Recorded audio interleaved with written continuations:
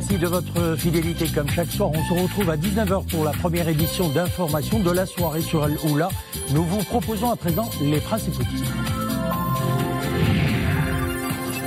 Eid al-Adha approche à quelques jours de la fête. L'ambiance est très animée dans les différents souks du pays. Autres points de vente qui ont la faveur des consommateurs, les bergeries où les ovins sont engraissés. Reportage dans la province de Fès. La lagune de Melchica, un beau site naturel avec une offre touristique adaptée aux besoins des estivants. La lagune attire de nombreux touristes nationaux et étrangers en quête de détente et de dépaysement. Et puis en fin de journal, nous parlons au cinéma. La ville de Ouarzazate continue de séduire producteurs et cinéastes du monde entier pour le tournage des grandes productions. À l'arrivée du mois de septembre, l'ensemble des grands studios se préparent à accueillir de nouveaux tournages. Le président de la Chambre des représentants, M. Habib El-Melki, a représenté Sa Majesté le roi Mohamed VI hier à Asunción à la cérémonie officielle d'investiture du nouveau président du Paraguay, Mario Abdo Benitez. Lors d'une entrevue tenue en marge de la cérémonie d'investiture, M. Melki a transmis au nouveau président du Paraguay les félicitations de Sa Majesté le roi Mohamed VI et ses vœux sincères de plein succès dans ses hautes fonctions. Le président de la Chambre des représentants a relevé que le nouveau mandataire du Paraguay a exprimé sa grande estime pour la personne de Sa Majesté le Roi et son soutien à toutes les actions menées par le souverain au niveau interne africain et international. Le nouveau président paraguayen a affirmé qu'à la présence du Maroc à la cérémonie de son investiture est une marque de haute estime pour la République du Paraguay et de son président élu. Eid al-Adha, c'est mercredi. L'offre en cheptel ovins et caprins destinée à l'abattage pour la fête de Eid s'élève cette année à plus de 8 millions de têtes. Le ministère de l'Agriculture assure également que l'état sanitaire du cheptel national ovins et caprins est maintenu très satisfaisant. Pas moins de 6 races constituent le cheptel ovin. La race Sardi, dont le berceau se situe dans les régions de Casablanca-Stade et Marrakech-Safi, est le plus convoité par les consommateurs. Reportage Arhamna Omar Jleidi, Souad Nachat. Il fait la fierté de l'élevage ovin national. Par sa morphologie, grande taille, tête blanche dépourvue de laine avec des taches noires autour des yeux, mais surtout la qualité et la saveur de sa viande.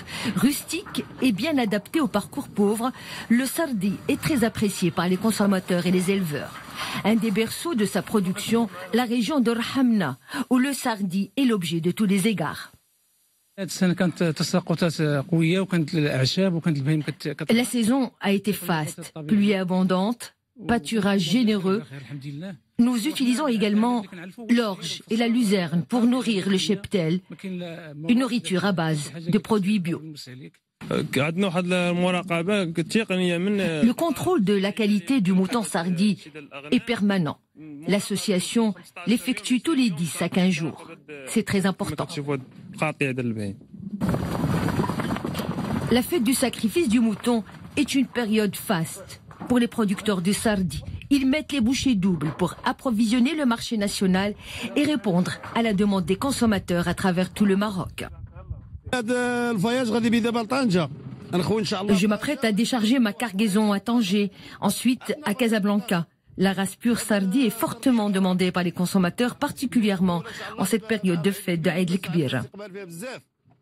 Le mouton sardi en élevage de race pure représente plus de 2 millions de têtes et 2 à 3 millions en croisement avec d'autres espèces. Et à quelques jours de Eid al-Adha, l'ambiance est très animée dans les différents souks du pays. Autre point de vente qui a d'ailleurs les faveurs des consommateurs. Il s'agit des bergeries où les ovins sont engraissés durant 3 à 4 mois. Reportage dans une des bergeries dans la province de Fès. Brahim Routi, Nisrina Ouzdar.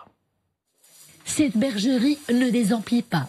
Si les affaires y sont florissantes, c'est parce qu'une relation de confiance s'est tissée au fil des années entre les vendeurs et les acheteurs, des clients souvent très regardants par rapport à la qualité du pâturage.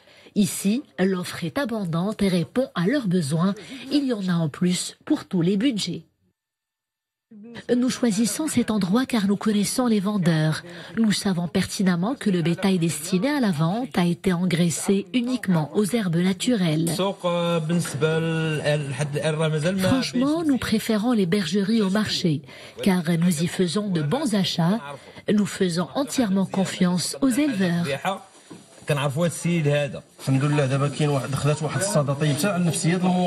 Tout est bien organisé ici. Notre cheptel a été nourri à l'herbe naturelle, sans engrais et sans produits phytosanitaires. Les clients en sont rassurés.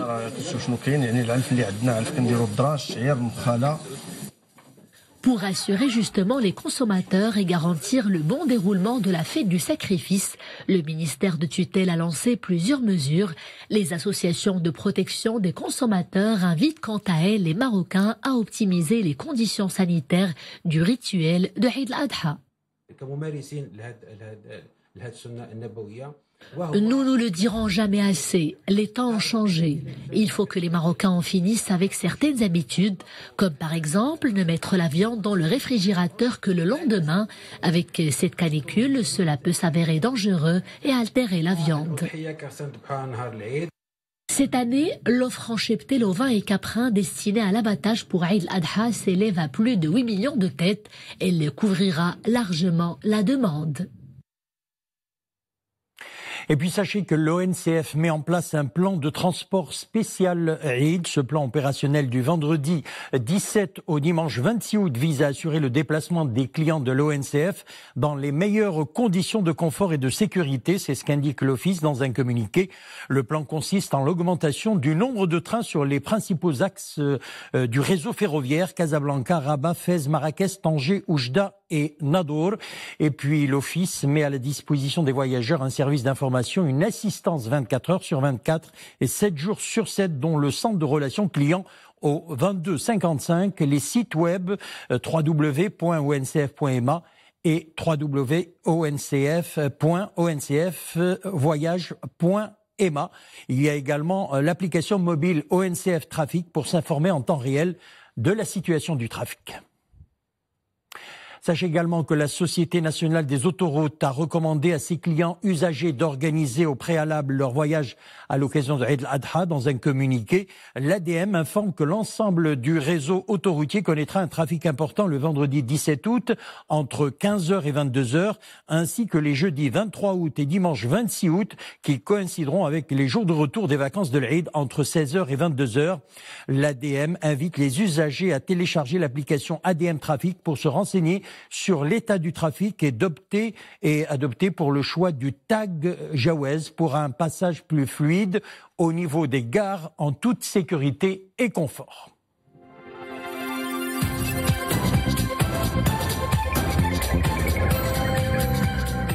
Nous entamons l'actualité internationale par les élections présidentielles maliennes. Le président sortant, Ibrahim Boubacar Keïta, reconduit à la tête du pays.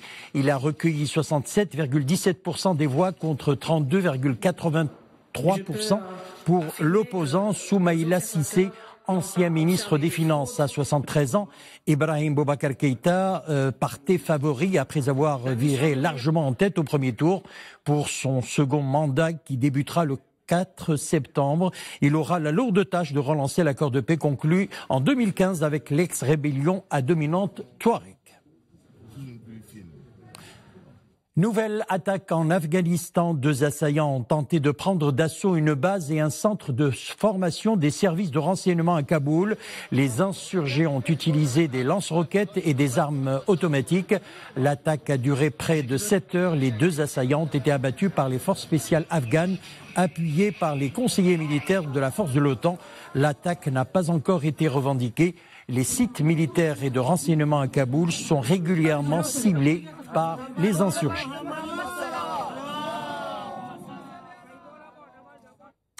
Et puis à Gênes, les secours se poursuivent dans l'espoir de sauver d'éventuels rescapés. Au 3e jour après le drame, les sauveteurs italiens veulent encore croire au miracle. Aux alentours du viaduc, de nombreux habitants du quartier ont été évacués. L'effondrement du pont Morandi a fait 39 morts selon un bilan encore provisoire et 16 blessés. Une journée de deuil national sera organisée d'ailleurs samedi 18 août en hommage aux victimes. Et puis le bilan provisoire des inondations dans l'état de Kerala dans le sud de l'Inde est passé à 77 morts. Plus de 60 000 personnes ont été déplacées, trouvant refuge dans des camps de fortune alors que l'armée multiplie les opérations de secours. Les liaisons ferroviaires et aériennes ont été suspendues. Des milliers de maisons ont été endommagées ou totalement détruites. Tous les districts sont en alerte rouge. Davantage de pluies sont d'ailleurs attendues pendant les prochaines 24 heures.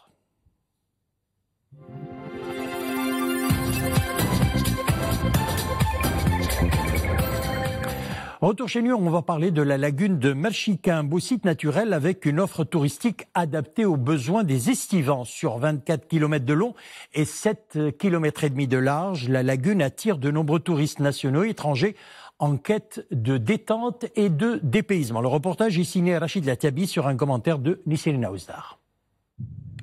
Grâce à ses eaux cristallines, à sa propreté et au calme qui y règne, beaucoup de vacanciers l'ont choisi pour oublier la chaleur écrasante de l'été et faire le plein de sensations et de fraîcheur. Bienvenue dans la lagune de Mrshika, un havre de paix qui ne laisse personne de marbre. La ville de Nador est magnifique et ce projet l'a encore embellie. Nous souhaitons voir des projets similaires s'y développer à l'avenir. Moi, je suis venue ici et je trouve ça très bien. C'est chouette. Il y a la piscine. Il y a beaucoup de choses à faire. C'est grand et je me suis trouvé beaucoup d'amis. Et c'est chouette, voilà. Le projet a été mis en place de Mrshika au niveau d'Atalayoun. Ça, pour nous, ça a permis de répondre à toutes nos attentes, aussi bien au niveau sécuritaire que regardez le site autour de vous. Il n'y a pas besoin de beaucoup de paroles. Tout est autour de vous, la gentillesse des gens. Nous sommes ici pour la deuxième fois et ça fait plaisir de voir que cet endroit ne cesse de se développer. C'est vraiment fantastique. Nous sommes très heureux d'être ici. Cet ambitieux projet a permis de rendre la lagune plus attractive, avec des routes pour faciliter l'accessibilité et la mobilité, et une offre touristique qui ne cesse de se renforcer. Aujourd'hui, nous avons pu livrer les premières unités résidentielles, que ce soit des résidences de l'Académie de golf ou bien des résidences de la colline. Ceci accompagné de l'inauguration et l'ouverture à l'exploitation d'un certain nombre d'infrastructures touristiques au niveau de la cité. Notamment l'inauguration du restaurant du golf, de la marina et aussi du beach club de la cité d'Atalayoun. Et ceci sera suivi dans les jours à venir par l'ouverture de l'Académie de golf de la cité d'Atalayoun. Promouvoir l'écotourisme est au cœur de ce projet qui ambitionne de faire de Nador un hub touristique d'excellence. Un parc ornithologique est d'ailleurs en cours de construction pour mettre en valeur la biodiversité dont jouit la région. Et si vous êtes en vacances dans les provinces de Ouarzazate, Rachidi, Atien, Gher Zagoura, Midelt, Figuig et Jarada, et là nous parlons de météo, attention aux averses orageuses, elles seront localement fortes et ce jusqu'à minuit ce soir. Ces averses seront localement accompagnées par des chutes de grêle et de fortes rafales de vent sous orage. On parle cinéma à présent. Ville mythique, elle continue de séduire producteurs et cinéastes du monde entier pour le tournage des grandes productions dans les studios de Ouarzazate. Ont été tournés les films les plus connus et les plus primés du monde. J'ai nommé Lawrence d'Arabie, Kingdom of Heaven, Game of Thrones, Les 10 Commandements ou encore Gladiator et Un thé au Sahara. À l'arrivée du mois de septembre, l'ensemble des grands studios se préparent d'ailleurs à accueillir de nouveaux tournages. Le reportage est signé Abdelhamid Jabran, Fouad Al-Harch sur un commentaire de Dominique Orlando. Tout comme cet immense sphinx qui sans cesse renaît de ses cendres, la ville de Ouarzazate n'en finit pas de se positionner très au-dessus de tellement de villes et de sites à travers le monde lorsqu'il s'agit de savoir faire le bon clin d'œil à ce passionnant monde du 7e art. Dotée de toutes les infrastructures nécessaires à la réalisation de tant de films, la cité jouit également d'un impressionnant casting car de grands réalisateurs s'y sont déjà rendus et c'est de leur propre aveu qu'il est toujours judicieux d'y retourner aussitôt que nécessaire. Ce fut le cas pour Ridley Scott ou Martin Scorsese et déjà les studios de la ville et de sa région s'apprêtent à accueillir d'autres nouvelles productions. Les services que les productions marocaines présentent en général comme prestataires de services pour tous les producteurs étrangers qui investissent ici au Maroc concernent la préparation des plateaux, des décors, des costumes, livraison des plateaux comme les réalisateurs le souhaitent. On a toutes les qualités et toutes les ressources humaines requises selon les besoins des réalisateurs et des producteurs. Ce qui se traduit par un véritable travail d'équipe que l'on peut d'ailleurs qualifier de vraie coopération internationale, et ce dans tous les nombreux compartiments qui font à la fois la complexité et le très passionnant du cinéma. Quand la costume designer arrive, on fait le point et on décide qu'est-ce qu'on va faire exactement, le genre de costume. Elle fait ses recherches, je fais mes recherches et on essaye de trouver un point d'entente. Donc, elle repart. Et moi, j'essaie de faire tous les costumes avec mon équipe, former des tailleurs, des gens qui font les vieillissements, des gens qui colorent les costumes selon les besoins de l'histoire. Car le cinéma, c'est bien connu, c'est avant tout la restitution de la réalité du monde, qu'il soit d'aujourd'hui ou d'hier, d'avant-hier ou même de demain. Ce qui est sûr, c'est qu'à Ouarzazate, il continue de faire rêver des milliers de personnes qui y travaillent et réussit à générer annuellement un chiffre d'affaires supérieur à 100 millions de dollars.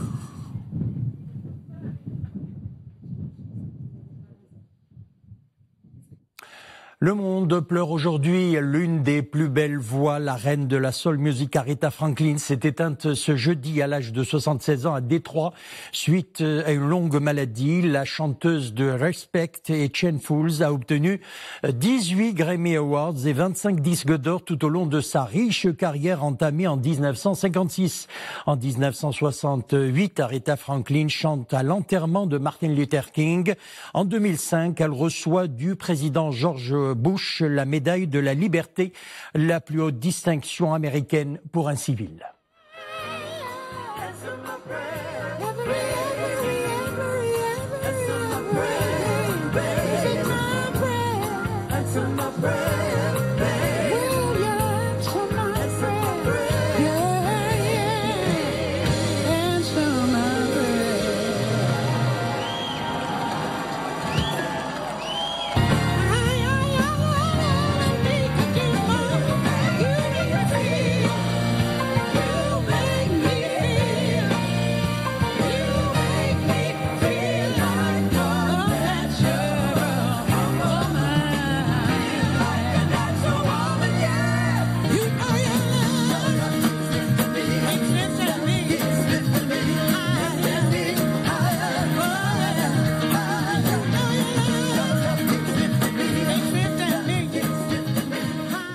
Sachez également qu'en 2010, le magazine Rolling Stone l'a placé à la tête de sa liste des 100 plus grands chanteurs de tous les temps. Une grande voix s'en va. Voilà, c'est la fin de notre édition. Merci de l'avoir suivi. Le retour de l'info à 21h30. Demain, vous aurez le plaisir de retrouver Mana Bloui. Une excellente soirée.